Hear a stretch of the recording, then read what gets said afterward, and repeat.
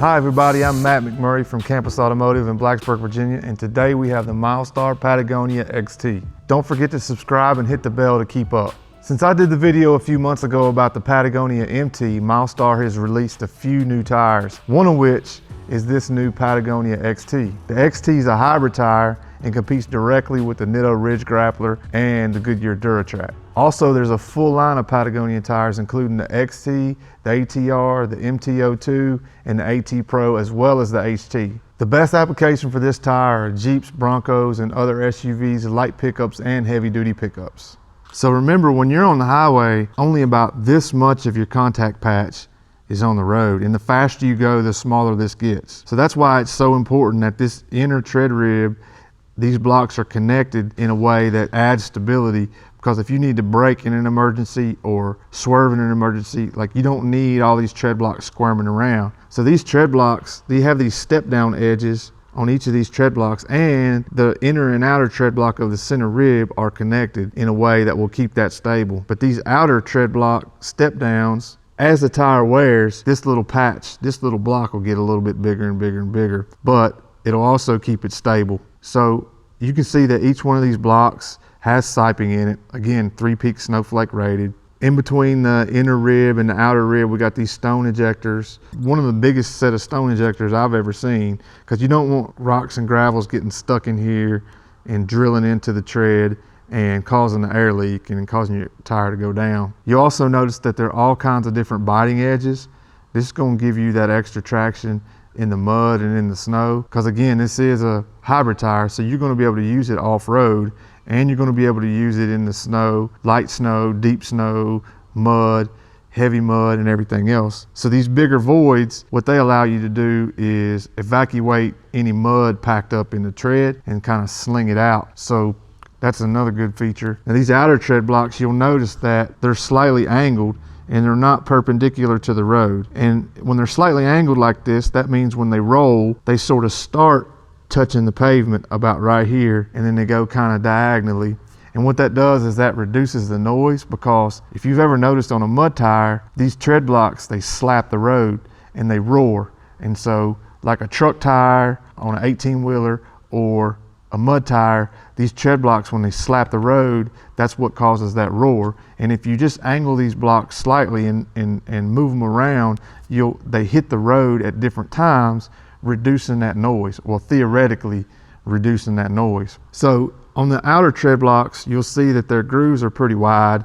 Again, that's for mud and snow, but also water evacuation, like I talked about earlier. This reduces the hydroplaning on this tire significantly, which is one of the things that Nitto has had trouble with their Ridge Grappler and even their Recon Grappler AT, is water evacuation and hydroplaning resistance. Even though they're still a pretty good tire, they still had some trouble with it. So it's going to be interesting to see how this performs in those conditions. And you can see these outer tread blocks, they're scalloped.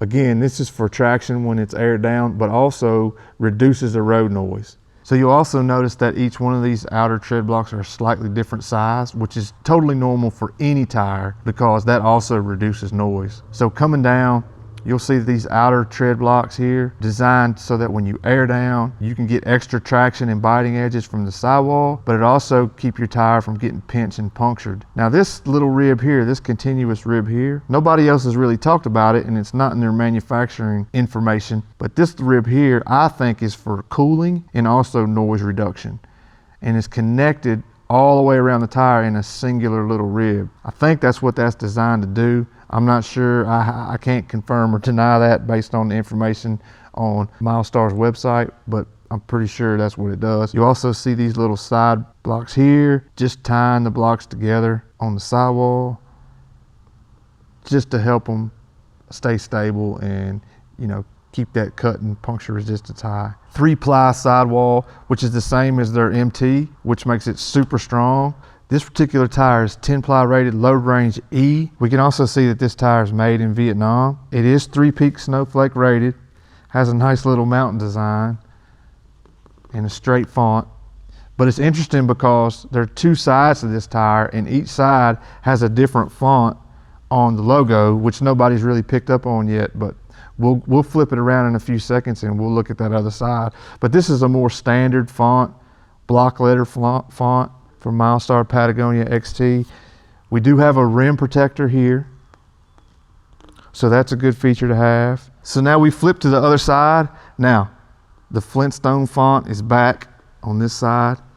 Regular block letters on the other side. This side, Flintstone font. Again, 3-peak snowflake rated.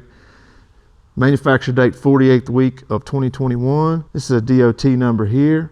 A lot of people ask about these dots, yellow and red. So usually they're a heavy spot or a high spot. You would either line up your valve stem or you would line up your valve stem 90 degrees off to help you balance the tire. I don't know if that really works or not, but that's kind of what they say. So two different sidewall fonts. So make sure when you get a set of these and you buy a set of these that they put the correct font out on all 4 tires so that you don't have one oddball.